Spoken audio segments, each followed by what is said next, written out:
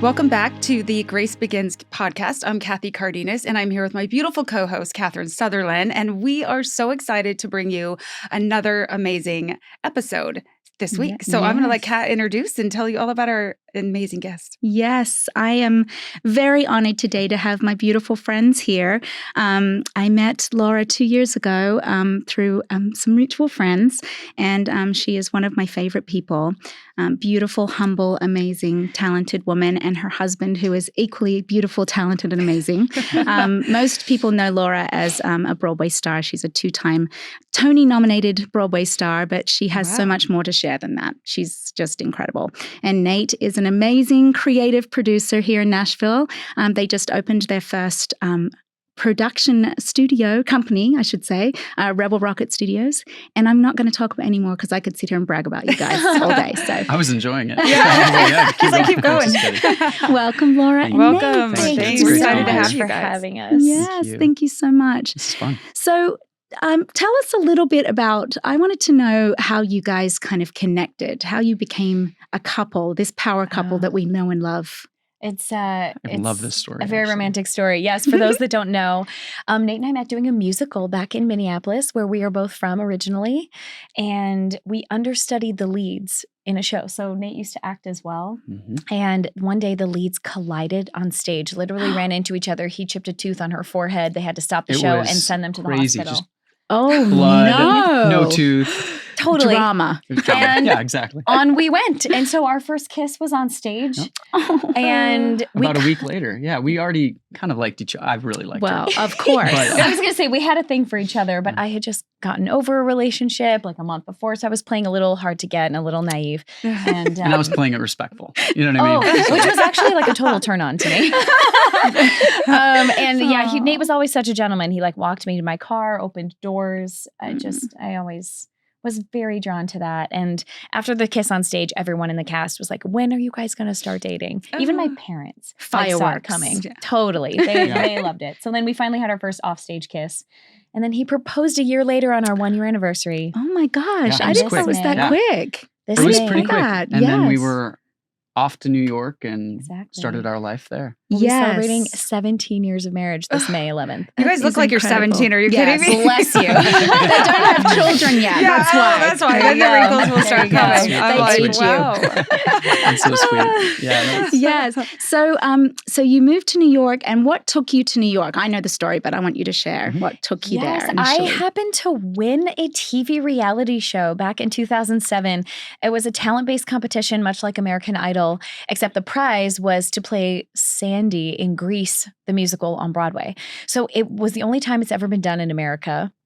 This type of competition has happened in London a lot, and they decided to try their hand on it here. They've been pretty successful in London. It had been. So like, oh, this will work in the U.S. And Yeah. it didn't go over well here. I'm grateful that it happened. Obviously, it opened a Yes. big door for me, made my Broadway dream come true. But Broadway's very niche fan base. And those fans are incredibly loyal, but they found it didn't have like tons of mass appeal like American Idol did. Yeah. But that's what ended up happening. And I won that competition. We sang live on TV every week. America called and voted. We were engaged at the time. Oh. It was a And- wild experience. Yes, Yes. it was. Yeah. It was, I got my first spray tan, you know? That is important. That type of thing. You would have fit Totally. right in here in Franklin. That's right. back in the day. Oh I my love it. I love it. Called out. I was just such a when baby. you went to New York, obviously you're now thrust into this like industry that is, I mean, that must have been very intimidating for you. It was. I think there's a lot more money behind everything on Broadway. There's a lot more Yeah. pressure. Yeah. But it honestly, like, God gave me total peace through it all, gave me a husband to come with me and take care of me. And I was surprisingly comforted by how similar the work itself was, right? I'd been doing theater my whole life since I was a kid. So the process was familiar to me. There was just a little more pressure and, having to live up to everybody's expectations, and the scrutiny that comes with the more public persona of winning a reality show and having fans for the first time at the stage door. And they got like a car for us to drive us home. And like that whole element was kind of weird. The press and all of that came along with it. But And I don't think the production, when you did Grease on Broadway, they weren't ready for it too, because this is really the first time that maybe American Idol, there was maybe a couple people that had been thrown in some Broadway shows, right. but it's interesting because Broadway is so niche. Your audience will come to the stage door, and that's great. It was kind of nuts. Your first performance, they had no idea that even for the show that wasn't uber successful, there was hundreds of people at the stage door, and they were like, there was no security, there was no barricades. By night 2, it was like car service, Exactly. security, barricades. Exactly. And we were like, what is happening? Wow. So Yes. it was, it was a little trial by fire, but it was fun. Totally. Yeah. So you followed Laura obviously to Broadway. Now, tell us about your story. Did you want to continue with acting? Yeah. How did you end up becoming a producer? Yeah, I actually, I'd done some shows beforehand. I don't know. I never saw it as a future for me. And then all of a sudden I got done with college and I did this show with Laura and kind of struck an interesting chord in me again. I thought I'd try it in New York and did probably 1 full year of auditioning, got really close to a few things, Frankie Valli and Jersey Boys, and then did some regional stuff. But at the end of the day, I realized I love it, but it doesn't wake me up in the morning. Right. And I think you have to love the process. And because so much of it is the auditions, the classes, the work. You got to love the work. And I realized it wasn't my bag. And in order to get to the next level, would have had to put in the time. So from there, I actually ended up, I realized I loved hospitality. I've always loved creatives. I love like coming alongside creatives. And so I ended up opening a photography studio. And I was doing a little bit of portrait work at the time. And that's kind of how I got into a little bit more production. And that was more photography. I did that for about 15 years, almost 15 years. And that was awesome. But I think going from that to producing, I really wanted to do longer form stories. I think like the creation of Instagram and how fast content is consumed. I mean, it's just as fast as you can like scroll. I mean, that's how fast people were consuming the content I was putting out. And I just, I think that there's something to sitting down in a space, watching a film, you're a captive audience for an hour and a half to 2 hours. And you can do so much more with that space. And while I appreciate photography, I mean, I think I'll always have, be able to shoot. For sure. I've really wanted to, create longer form stories. Yeah, and you have a very entrepreneurial spirit too. So I think as a producer, it's really fun to be able to get your hands into so many different ways to create. Like, you do so many different things, and that's really fun to be able to do that and not be just, funneled into one area. Never gets boring. Yeah, and exactly. each show is like a different business. It really is. I mean, it's like you start a new LLC. You work on that show, you find out how are we going to market this show to be able to find an audience. Yeah. And actually my first feature film was, we did it, I produced it in New Orleans, and one of Laura's co-stars on the Grease reality show wrote a story called American Reject, which really is kind of it's a funny look at her experience on a reality show. Oh, wow. And, interesting. Based on her experience. It was yeah, I mean, she punched up a few of the characters. It was fictional, but based on her experience. Right. Oh, Yeah. wow. So it was really interesting. We had Rebecca Black played kind of the Laura character, but we kind of had she was the bad. But we had to make her, put a little stink on it. The enemy. So, yes. But it was. You got to have the drama in there. You got to have a little drama. But Nate is like, he's so good with people, with managing people and putting out fires and keeping a level head amidst stressful situations. And I feel like you are really thriving in that arena as we're beginning to do it down here in Franklin a little more. It's exciting. Yeah, just watching you guys from the outside is like you are very united, and it's really beautiful and inspiring to see a couple in this industry to be so connected, and it's because of your faith, obviously. Yeah. But it's just this industry can really create jealousy. It can create a lot of tension in marriages. That's why a lot of them fail. So I always am so admire the way that you guys hold each other up and encourage each other. It's beautiful. Thank you. Yeah. Thank you. Yeah. So speaking of faith, my favorite subject, did you both, we can answer separately, did you both grow up with faith in your life, or when did you kind of meet God along the way in your journey? I grew up in a beautiful home, wasn't perfect, but my mom was a really incredible leader, and she loved Jesus, and she made sure that we knew at an early age who he was, about him.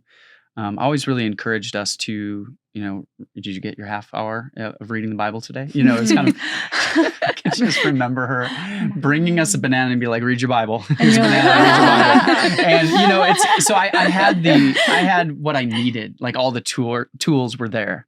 But of course, like with anything, it needs to become real in your life. Yes.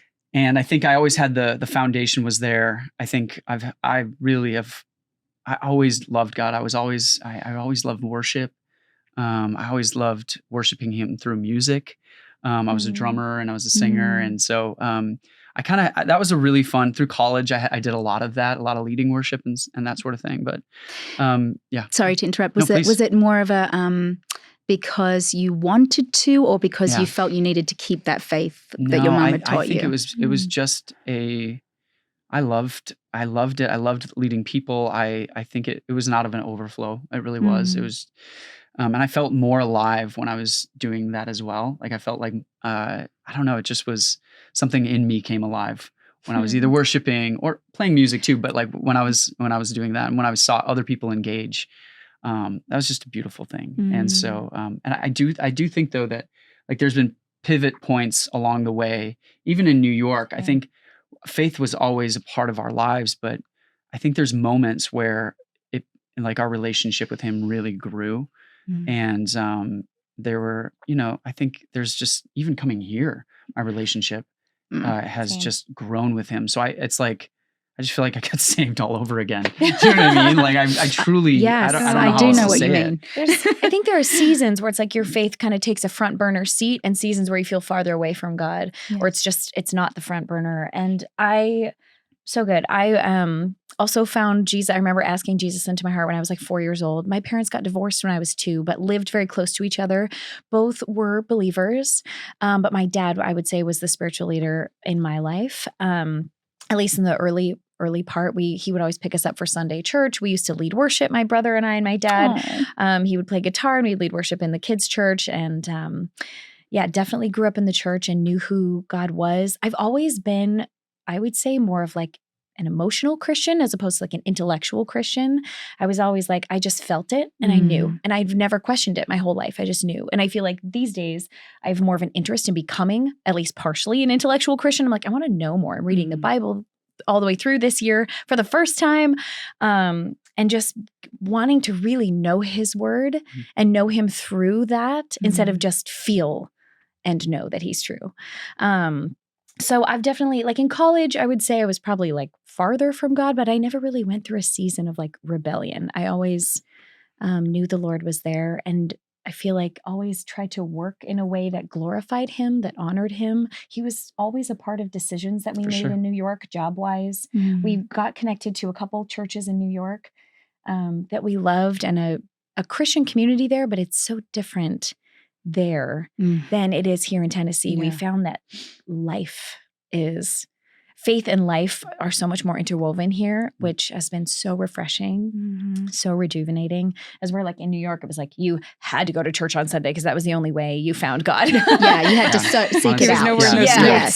Having water in a desert, Yes, and here you walk into a store and they're playing, Christian music and they want to pray for you, and you're like, oh, what? I can talk about God here? Yes, there's a culture of it here that has just been so life-giving for us that we just feel like it's a part of everyday life. It's interesting because I think about this a lot. It's really important to have your faith challenged and have these moments where.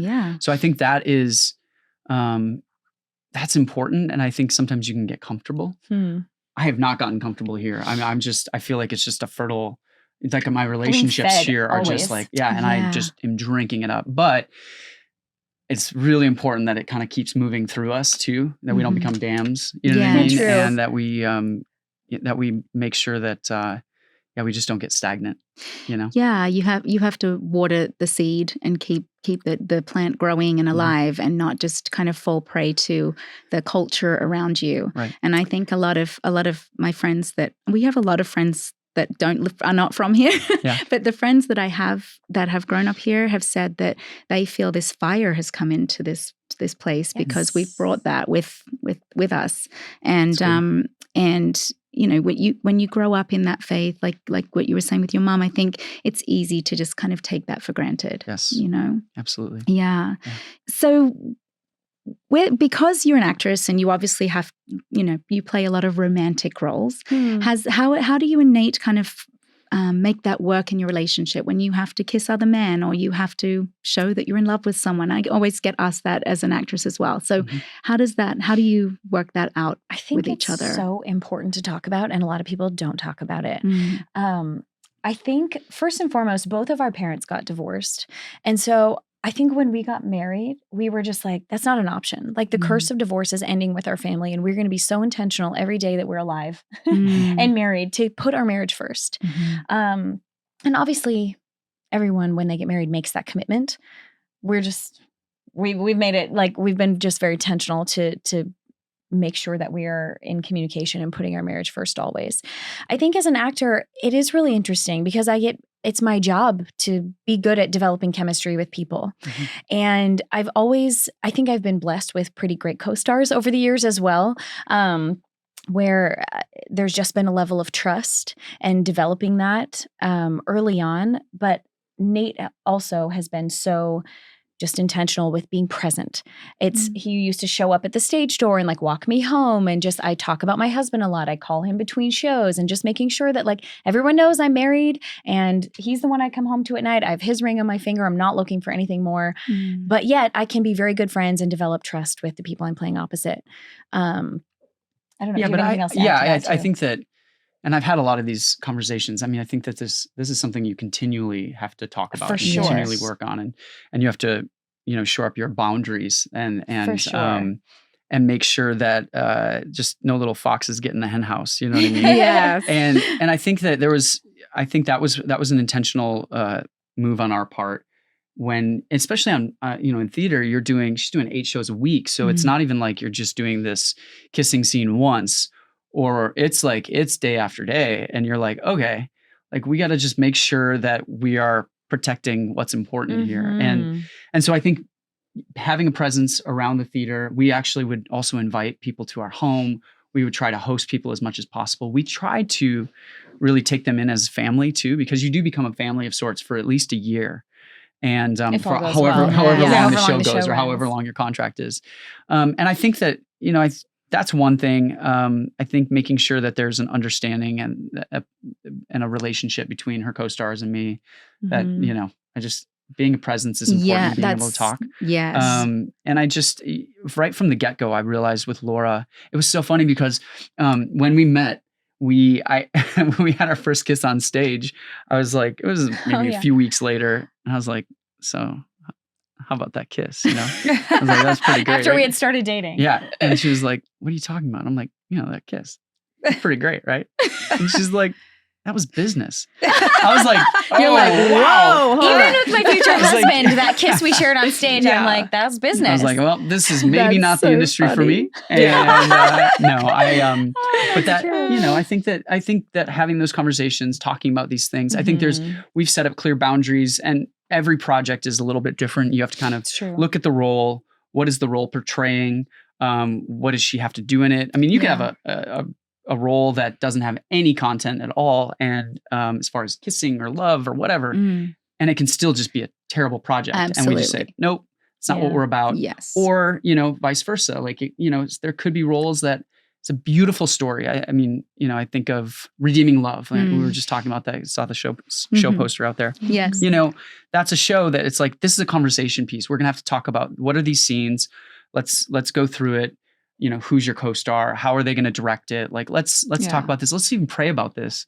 And I just think we even have to take the temperature of our own relationship and what are we able to do in this moment? And okay, you're going to go up to Canada to shoot a film for 3 weeks. Okay. Are we good? Are we good? Like, okay, I'm coming up, or I'm not, sometimes it's impossible just because of life, And so I think that it's always just kind of keeping constant check-ins there and just making sure that I do think also, like I was doing a lot of photography with beautiful people in the studio. And I think there was a moment even for me that we both brought what we had to the table. There was kind of this interesting moment in our life where I felt like we were 2 trains on almost parallel tracks, but slightly getting further and further away from each other. And especially with her being gone every night, and I had my life now, because it's like, I'm shooting during the day, and then my evenings are filled with my friends or whatever I want to be doing that night. And I think there was a moment where I was like, hey, there was a relationship that somebody she was playing opposite. I was like, hey, I've got some question marks here.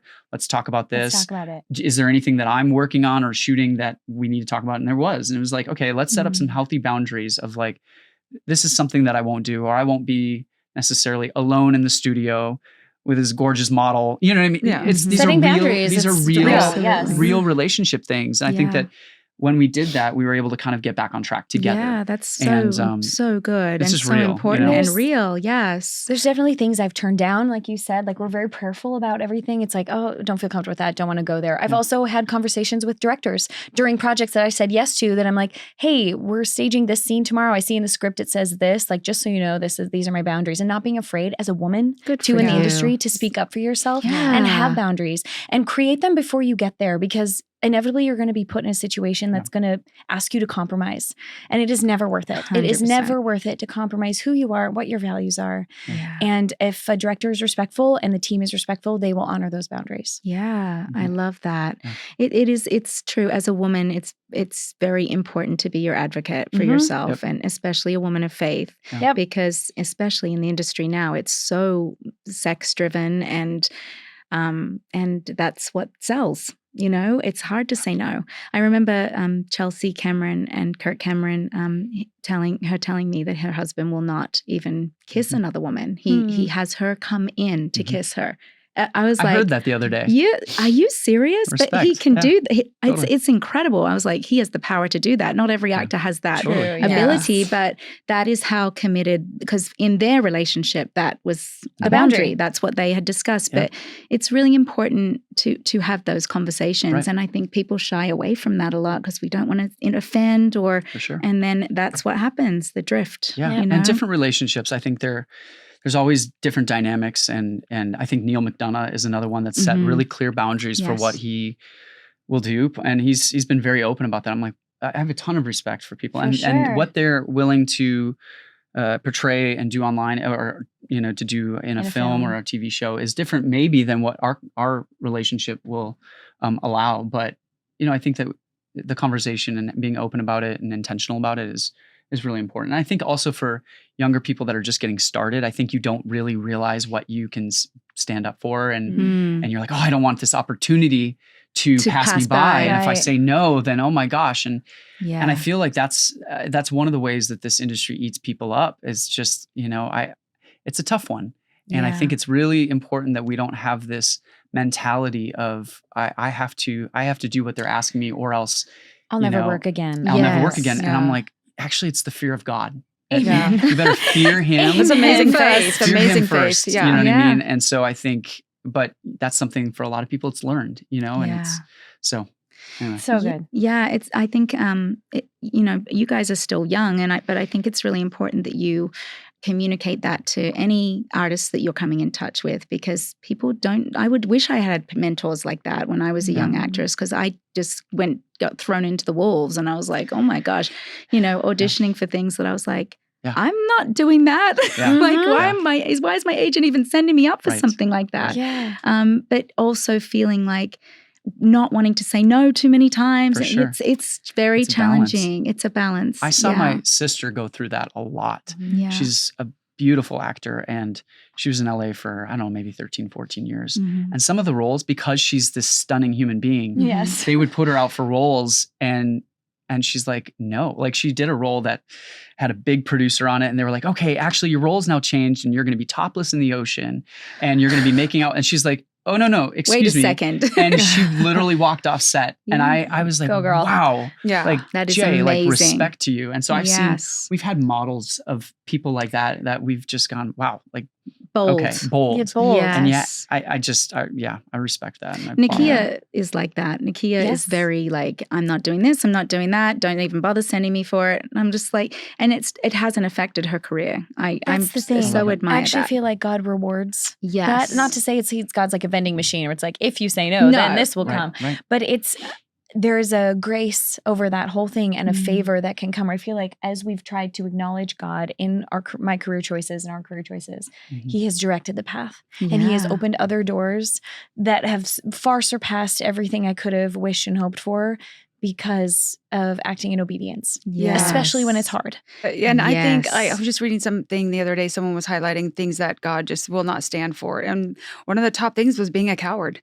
He will not stand for being a coward. And that was like, I mean, that will almost keep you out of heaven. I mean, it's that serious of a thing. And so when you think about that, when hearing your story, now you've gone through this multiple times in big ways, we know, and we can talk about too. But I think it's beautiful. I think people don't have that faith enough to say, no, I'm going to go with God and we'll see. I feel like I have a better shot with him than I have a shot with this slimy producer. I'm good. Like, and but it's a beautiful place to be that strong with him, because some people aren't. It's hard. They don't know if they'll get that next job or that next opportunity. So I think it's really beautiful that you can be so faithful and stand up for what's right. Yes. And that's a great segue into the next segment. That's a beautiful point, though. It really is. Yes. And the importance of not having a scarcity mindset. Like, he's the one that got me here. He's going to see me through it. Like, he's going to bring what needs to come onto in front of us. And he's there's no shortage. You know, my friend Dave always says he owns the cattle on 1,000 hills. You know what I mean? And I'm like, oh yeah.